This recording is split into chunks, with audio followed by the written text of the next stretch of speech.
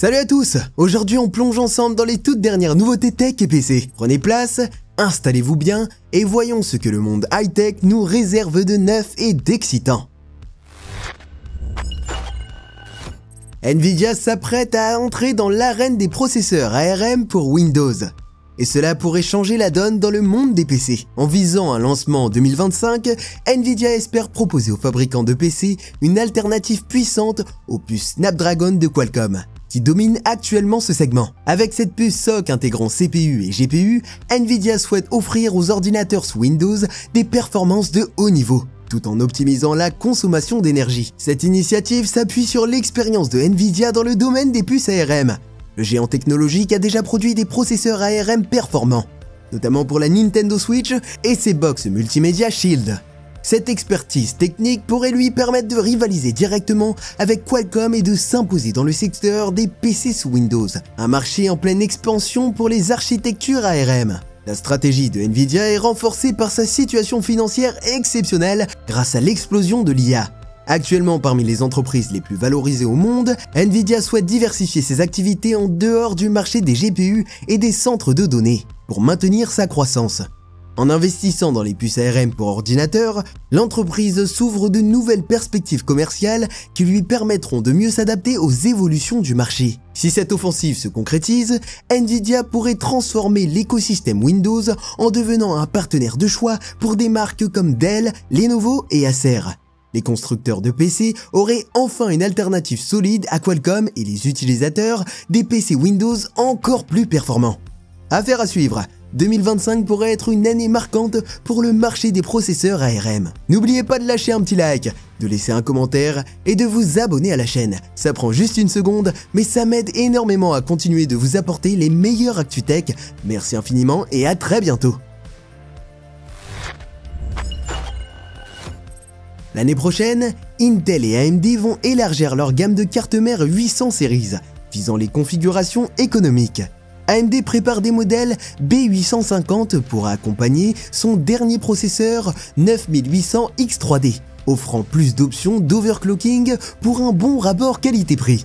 Tandis que les cartes d'entrée de gamme A620 restent compatibles avec les processeurs gaming les plus performants. Chez Intel, le B860, conçu pour la nouvelle série Core Ultra 200K, apportera une alternative plus abordable au modèle Z890 actuel. Bien qu'il y ait des limites, pas d'overclocking CPU, moins de slots PCIe et M2, ces cartes permettront un overclocking mémoire via XMP. Parfait pour des configurations gaming équilibrées. Asus, MCI et ASRock se préparent à lancer plusieurs modèles B850 et B860, notamment des designs micro ATX avec Wi-Fi intégré.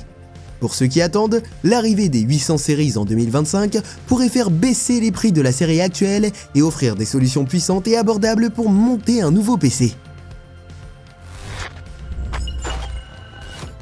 La PlayStation 5 Pro arrive dans les rayons la semaine prochaine, avec un processeur plus puissant, une capacité de stockage accrue et un design revisité. Grâce à un youtubeur brésilien nommé Tez, le démontage complet de la console a fuité avant le lancement officiel, dévoilant les composants internes rarement montrés dans des vidéos de ce genre. Côté spec, la PS5 Pro conserve un processeur à 8 cœurs Zen 2, sans mise à jour vers les architectures Zen 4 ou Zen 5, désormais courantes sur PC. La puissance GPU s'élève à 16,7 teraflops avec une architecture RDNA 3 et 60 unités de calcul, permettant une accélération ray tracing de dernière génération. En plus de 16 Go de mémoire GDDR6, la console dispose d'un atout intéressant.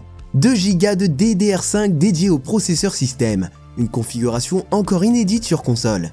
Le démontage révèle aussi un accès simplifié à la batterie CMOS, ce qui facilitera le rétablissement des paramètres d'usine en cas de problème majeur, contrairement à la PS5 d'origine qui nécessitait un démontage complet pour cette tâche. Avec un embargo sur les tests jusqu'au 6 novembre, les premiers avis officiels ne tarderont plus à confirmer les impressions sur cette nouvelle PlayStation 5 Pro, prête à repousser les limites du gaming console.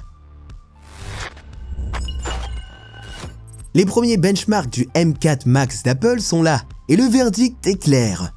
Apple a repris sa place de leader en performance single core, dépassant les derniers processeurs d'Intel et d'AMD sur Geekbench 6.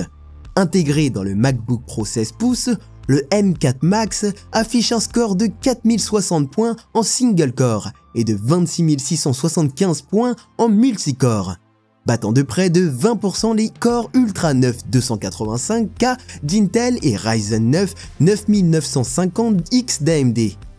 Et cela avec une consommation énergétique bien moindre. Par rapport au M3 Max, ce nouveau processeur montre une amélioration de 30% en single core et de 27% en multicore. Doté de 16 cœurs, 12 de performance et 4 d'efficacité et de 40 cœurs GPU, le M4 Max est conçu pour les créateurs de contenu, data scientists et autres professionnels exigeants, avec jusqu'à 128 Go de mémoire unifiée CPU-GPU.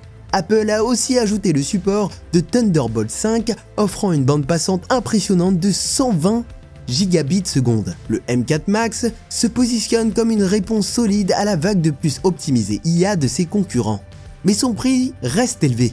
La configuration complète atteint 3 999 $, un investissement considérable pour un ordinateur portable sans carte graphique dédiée. Reste à voir comment ce processeur s'en sortira dans d'autres tests comme Cinebench. Mais pour l'instant, Apple est bien installé en tête des benchmarks. Les premières livraisons sont prévues pour le 8 novembre.